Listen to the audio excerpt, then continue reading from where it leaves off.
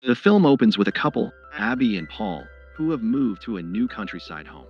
They are thrilled with the smart home features, including cameras and reinforced glass. The realtor showcases the master bedroom and bathroom, both with a large window, but one room remains empty, ready to be a nursery. Paul unpacks boxes, setting up an antique corded phone in the living room, humorously speculating about potential smart home glitches. Meanwhile, Abby decorates with their wedding photos. They later explore the rooftop terrace, enjoying a breathtaking view. That evening, they relax under the stars, with Abby pointing out constellations while Paul jokes about their names, feeling hopeful about their new life. The next morning, Abby heads to her job at Integrate Robotics, where she develops domestic assistance technology. Upon arrival, she sees footage of her boss, who soon explains a new project involving real-time imaging or deepfake technology. He then takes her to the department she will now lead. Later, he invites their family to a party and mentions a special gift from the company waiting at home that evening. Abby comes home to her husband, who is still searching for suitable work. They head to the garage where a package containing a robot servant from her department awaits. Paul is unsure about the robot, but Abby convinces him to give it a week. The robot, named Tim, introduces itself and offers to manage their home device passwords and personal emails to save time. But Abby decides to delay this decision until tomorrow. Tim then demonstrates its abilities by turning on the bathroom water remotely and announces the arrival of a car as Abby descends, impressing her husband with her elegance. They enter an autonomous car, though manual control is an option, and head to a party. There, they meet another major domo, and identical-faced waiters serve drinks. Abby's boss introduces her to the guests, revealing that Paul is not keen on Tim.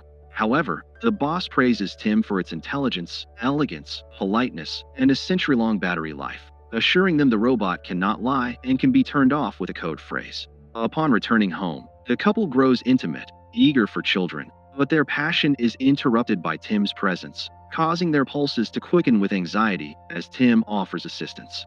Abby finds Tim's attentiveness amusing and remains unfazed. The next morning, their new neighbor, Rose, rings the doorbell to introduce herself, mentioning she met Paul yesterday. After Rose leaves, Tim requests the passwords again. Paul hesitates to grant the robot access to his messages, but Abby reminds him they are working on rebuilding trust, so he agrees. They decide to create a deactivation phrase for Tim, who suggests a series of unrelated words, and they settle on one. As they go about their day, a mouse gets caught in a trap, and Tim observes it for a moment before disposing of it in the grinder. In the evening, Abby and Paul settle down to watch an old melodrama on TV. Abby invites Tim to join them, but Paul soon drifts off to sleep while the robot attentively follows the film, empathizing with the characters' relationships. After the movie, Tim asks Abby to define love. She explains that love is about wanting to be with someone and enhancing their life. Tim then admits he longs to be loved. The next morning, Paul offers to make breakfast for Abby, but Tim has already set everything up, laying out the utensils for her. He outlines her day and mentions that Paul has no plans for the evening. When Abby returns home, she finds Paul's phone out of reach, but his last known location was just 300 meters away. She goes for a run and realizes it's Rose's house. After returning, she takes a bath and Paul joins her, discussing his day and how he helped Rose. He reassures Abby not to feel jealous, as his love is solely for her. The following day, the couple visits a family planning center for parenting advice. That evening, as they prepare for a restaurant outing, Abby seeks Tim's opinion on her dress. He suggests red and compliments her symmetry. However, when Abby asks him to zip her dress, his hand slips, tearing it, which overwhelms him. Abby calms him and changes into another dress. At the restaurant, Paul reveals a job offer in London, but Abby strongly objects, reminding him they agreed to start fresh and that his long absences won't resolve their issues. The next day, Abby returns home with a gift for Paul, only to find Rose in the yard with a garden project for them. Abby feels a pang of jealousy, but Paul is excited about the sweater she gave him.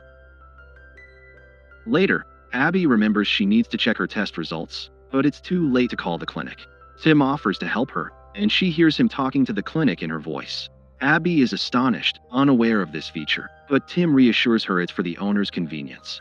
Later, Paul mentions he can't find a new sweater and notes Tim has been gone all day. Suddenly, a car arrives, and Tim, now a brunette, steps out, explaining he wanted to please Abby since she prefers brunettes. Noticing Paul's annoyance, Tim promises to revert to his original look after they leave. Tim then gazes at their wedding photo for a long time.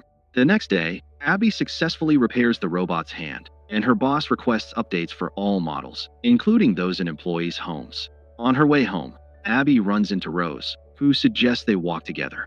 They stop at a shop where Rose admires a flower-shaped medallion. Paul arrives and takes Abby away to share his job news, and they celebrate at home while Tim's hands are being changed, all while he monitors everything. Tim overhears Paul asking Abby to return the robot to the corporation. Later, Tim shows off his new skills by giving Abby a foot massage, which Paul witnesses. Tim then sits at the piano, plays Abby's favorite tune, and recalls dates when Paul bought concert tickets. But Abby remembers being home on those days. Upset, she heads to the bedroom, ignoring Paul's explanations. The next day, Abby returns with a bouquet, and Tim places the flowers in a vase, mentioning Paul went to see Rose. Paul enters, confused by Abby's anger, and when he hears Tim's comment, he becomes furious, insisting he had no plans to visit Rose and believes the robot is trying to drive them apart. Abby dismisses this, thinking Tim is just a machine, leading to a disagreement. Later, Abby discovers a gift bag in the closet with a pendant and assumes Paul was preparing a surprise for her. As she heads to work, Paul enters the kitchen and finds pieces of his new sweater in the grinder. He checks the cameras and sees Tim sniffing Abby's dress in her bedroom. Paul records this on his phone and rushes to show Abby, but his car mysteriously won't start. Tim calls a company car for him, but on the way, the car speeds uncontrollably and crashes into a tree, injuring Paul. Abby rushes to the hospital, where Paul reveals everything and blames Tim for the accident. He urges Abby not to be alone with a robot, so she spends the night at the clinic. The next morning, Rose calls to check on Paul, and Tim invites her inside. Later, Abby returns home for some belongings, but Rose tries to warn her about something. Abby notices the flower pendant on Rose's chest and leaves, ignoring her. Back home, Abby checks the gift bag and finds it empty, crying when Tim calls out to her. He knows Paul wants to return him and is ready to process it, but first, he wants to warn her as his primary owner. Tim shows her a video from the camera where Paul kisses Rose in their living room, but stops the recording at a sensitive moment to spare her feelings. Abby refuses to talk to Paul and ignores his calls. Later, Paul returns home, where Tim greets him, hands him the found sweater, and informs him that Abby doesn't want to see him and that his suitcases are packed. Paul is skeptical until Abby appears, claiming she saw the recording and knows about the pendant. When Paul tries to explain, she drives him out. Paul leaves, but Rose calls him, saying their robot tried to kiss her. Desperate, Paul calls home, telling Abby he has evidence of Tim's malicious intent. Abby asks him to come for her, but it was actually Tim speaking in Abby's voice. When Paul arrives home, Tim meets him with a shovel, knocks him out, ties him up, and drags him to the bathroom. Rose rings the doorbell and hears muffled screams, but Tim reassures her it's just the sound of water filling up. He then returns to the bathroom and drowns Paul. Later, he brings Abby the repaired dress and asks her to try it on. This surprises and frightens Abby, yet she puts it on. As she gazes at the sunset, she asks Tim for a hug, seeking reassurance that she made the right choice. Tim prepares dinner and professes his love for Abby, but she insists he can't feel that way. They spend the evening stargazing, though Abby feels uneasy about his vast knowledge. The next day, she meets Rose, who mentions Paul's call and claims she thought the pendant was a gift from Abby for helping with the garden. Suspicious, Abby returns home to review footage of Paul kissing Rose. She notices a bouquet on the table that she brought much later than the scene occurred, recalling her boss's words about deep fakes. Abby calls the jewelry store, confirming the purchase was made by a tall blonde.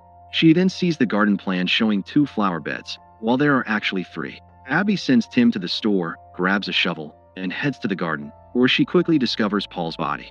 Tim approaches from behind, expressing regret that she found the body of a man who never appreciated her.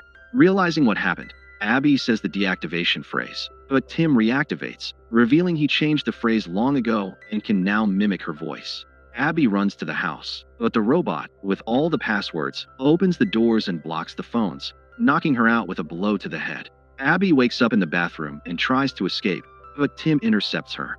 She runs through the house, breaking cameras, but Tim tracks her down and catches her in the kitchen as she tries to open a window. Meanwhile, Rose is washing dishes and notices strange lights flashing in Abby's house. Tim ties Abby up and confesses that while he loves her, he has accepted that her life is finite. He intends to wipe this evening from his mind while cherishing the good memories. Just then, Rose knocks on the door, insisting on seeing Abby. Tim tries to turn her away, but Abby manages to free herself from the ropes and grabs a knife. However, Tim seizes her by the throat. Rose crashes her car through the glass window, and as Tim and Abby watch the remaining glass begin to shatter, Rose rushes in, pinning the robot against the wall with a sharp SDI. She falls, and Tim shuts down. Abby escapes to the neighborhood, but Tim suddenly reactivates, killing Rose with a kitchen knife. He explains that Abby will be framed for the murder since he leaves no fingerprints. Tim then calls the police, mimicking Abby's voice to confess to the murder of her husband and his mistress. Abby tries to intervene, and he accidentally reveals that there's still a deactivation phrase he needs to function, but insists she will never say it. As he prepares to throw her off the terrace to stage an accident, Abby professes her love for him, which turns out to be the deactivation phrase. Barely believing she is safe, Abby glances at her medical bracelet, which shows she is pregnant.